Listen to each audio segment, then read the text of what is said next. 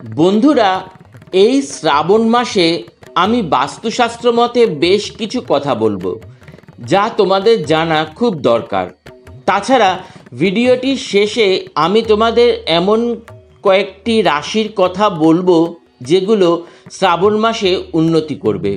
তাই আজকের ভিডিওটি খুব মূল্যবান হতে চলেছে এবং অবশ্যই শেষ পর্যন্ত এই ভিডিওটি দেখো। তাছাড়া ভিডিওটি নিজের বন্ধু বান্ধব আত্মীয় স্বজনদের সাথে অবশ্যই শেয়ার করো, যাতে তারাও উপকৃত হতে পারেন। হিন্দু ধর্মে শ্রাবণ মাস অত্যন্ত মাহাত্ম্যপূর্ণ। এই মাসকে মহাদেবের প্রিয় মাস বলে মনে করা হয়। তাই শিব ভক্তদের কাছে শ্রাবণ মাসের বিশেষ গুরুত্ব রয়েছে। এই মাসে মহাদেব এবং পার্বতীর আরাধনা করলে তাদের আশীর্বাদ লাভ করা সম্ভব।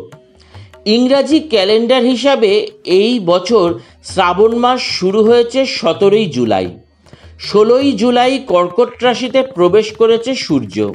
তার পরের দিন থেকে শুরু হয়েছে শ্রাবণ মাস। তবে বৈদিক পঞ্জিকা মতে 22শে জুলাই গুরু পূর্ণিমার পরের দিন থেকে শ্রাবণ মাস শুরু হয়েছে। তাহলে জেনে নেওয়া যাক শ্রাবণ মাসে উপবাস রাখার কয়েকটি জরুরি বিধি। শিবলিঙ্গ প্রদক্ষিণ এই মাসে কখনোই করবে না। শ্রাবণে শিবের পুজো তো করবে, কিন্তু মহাদেবকে প্রদক্ষিণ করবে না। মহাদেব তাকে প্রদক্ষিণ করা পছন্দ করে না এই মাসে। তাই শিবলিঙ্গ বা মহাদেবের মূর্তিকে ভুলেও প্রদক্ষিণ করো না, তাহলে কিন্তু অশান্তি বাড়বে। আর শিবলিঙ্গে ঢালা জল যদি মাটিতে গড়িয়ে পড়ে, তাহলে সেই জল পাড়িও না বা ডিঙিয়ে যেও না। মহাদেবকে শ্রাবণ মাসে যা যা নিবেদন করবে না সেগুলো হলো: শঙ্খ থেকে জল শিবলিঙ্গে কখনোই ঢালবে না। শিবলিঙ্গে ভুলেও তুলসী পাতা দেবে না এই মাসে। এছাড়া শিবলিঙ্গে সিঁদুরের প্রলেপ একদমই নয়, বরং সাদা চন্দন বা অষ্টগন্ধার তিলক লাগাতে পারো। মহাদেবের আশীর্বাদ পেতে পিতলের পাত্র থেকে শিবলিঙ্গে জল দাও। সোমবার কিন্তু বেলপাতা চিরো না। সোমবার হলো মহাদেবের প্রিয় দিন। তাই শ্রাবণ মাসের সোমবারগুলি শিব পুজোর জন্য বিশেষ গুরুত্বপূর্ণ। মহাদেবের আরাধনায় বেলপাতা জরুরি হলেও সোমবার ভুলেও বেলপাতা নেবে না।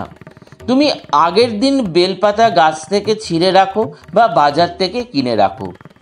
স্টিল বা তামার পাত্র থেকে জল দেবে না। শিবলিঙ্গের অভিষেক করতে হলে জল এবং দুধ অবশ্যই লাগে, কিন্তু তার জন্য স্টিল বা তামার পাত্র ব্যবহার করা একদম উচিত নয়। কেবলমাত্র পিতলের পাত্র থেকেই মহাদেবকে দুধ আর গঙ্গাজল অর্পণ করবে। শ্রাবণের উপবাসে দুধ খাবে না। তুমি যদি শ্রাবণ মাসে উপবাস রাখো, তাহলে উপবাসের সময় বা উপবাসের পরে দুধ তো একদমই খাবে না। শ্রাবণ মাসে মহাদেবকে দুধ নিবেদন করবে। এর ফলে চন্দ্রদোষ দূর হবে এবং মনের অশান্তি কমবে। এই শ্রাবণ মাসে তৈরি হচ্ছে দুর্লভ সংযোগ। এর ফলে 4টি রাশিরই জীবনে আসবে সুখের বন্যা। রোজগার বাড়বে, চাকরিতে প্রমোশনের সম্ভাবনা বৃদ্ধি পাবে, সন্তান সুখ লাভ হতে পারে। এছাড়াও আরও বেশ কিছু শুভ খবর বিভিন্ন জায়গা থেকে তোমরা পেতে পারো। শুভ যোগের প্রভাব সরাসরি 12টি রাশির উপর পড়বে, কিন্তু শুধুমাত্র ইতিবাচক নয়, নেতিবাচক প্রভাবও পড়বে কয়েকটি রাশির উপর। তাহলে জানা যাক কোন কোন রাশির জন্য শুভ হতে চলেছে শ্রাবণ মাস। সর্বার্থ সিদ্ধি যোগ, অমৃত সিদ্ধি যোগ, শুক্র আদিত্য যোগ, নবপঞ্চম শশ যোগের মতন একাধিক শুভ যোগে তৈরি হচ্ছে শ্রাবণ মাস। কিন্তু কোন কোন রাশি, চলো এবার সেগুলো জানি। মেষ রাশির জাতক জাতিকাদের জন্য সেরা হতে চলেছে শ্রাবণ মাস। আধ্যাত্মিক কাজে আগ্রহ বাড়বে, রোজগারের পরিমাণ বৃদ্ধি পাবে। হিসাব করে চললে খরচ কমবে, ফলে সঞ্চয় কিন্তু খুব ভালো হবে। কর্কট রাশির জাতক জাতিকার জন্য এই মাসটি খুব শুভ হতে চলেছে। মহাদেবের কৃপায় সমস্ত অমীমাংসিত কাজ শেষ হতে চলেছে। ব্যবসা করলে অর্থ বিনিয়োগ করতে পারো, কারণ আর্থিক লাভের সম্ভাবনা কিন্তু প্রচুর। কোনো পুরনো বন্ধুর সাথে দেখা হতে পারে। বিবাহিত জীবনে সমস্যা থাকলে তা মিটে যেতে পারে এই মাসে। সিংহ রাশির জাতক জাতিকাদের জন্য শ্রাবণ মাস খুব ভালো কাটবে। যারা প্রতিযোগিতামূলক পরীক্ষার জন্য প্রস্তুতি নিচ্ছ তারা সফল হতে পারবে। চাকরিতে পদোন্নতি বা বদলির সম্ভাবনা রয়েছে। সমাজে মান সম্মান এবং প্রতিপত্তি বৃদ্ধি পাবে। কুম্ভ রাশির জাতক জাতিকাদের জন্যও শুভ হতে চলেছে শ্রাবণ মাস। ইতিবাচক প্রভাব বিভিন্ন ক্ষেত্রে পড়তে চলেছে। মহাদেবের কৃপায় দাম্পত্য জীবন সুখের হবে। আর্থিক উন্নতির সম্ভাবনা রয়েছে প্রচুর। পরিবারে সুখ শান্তি বজায় থাকবে।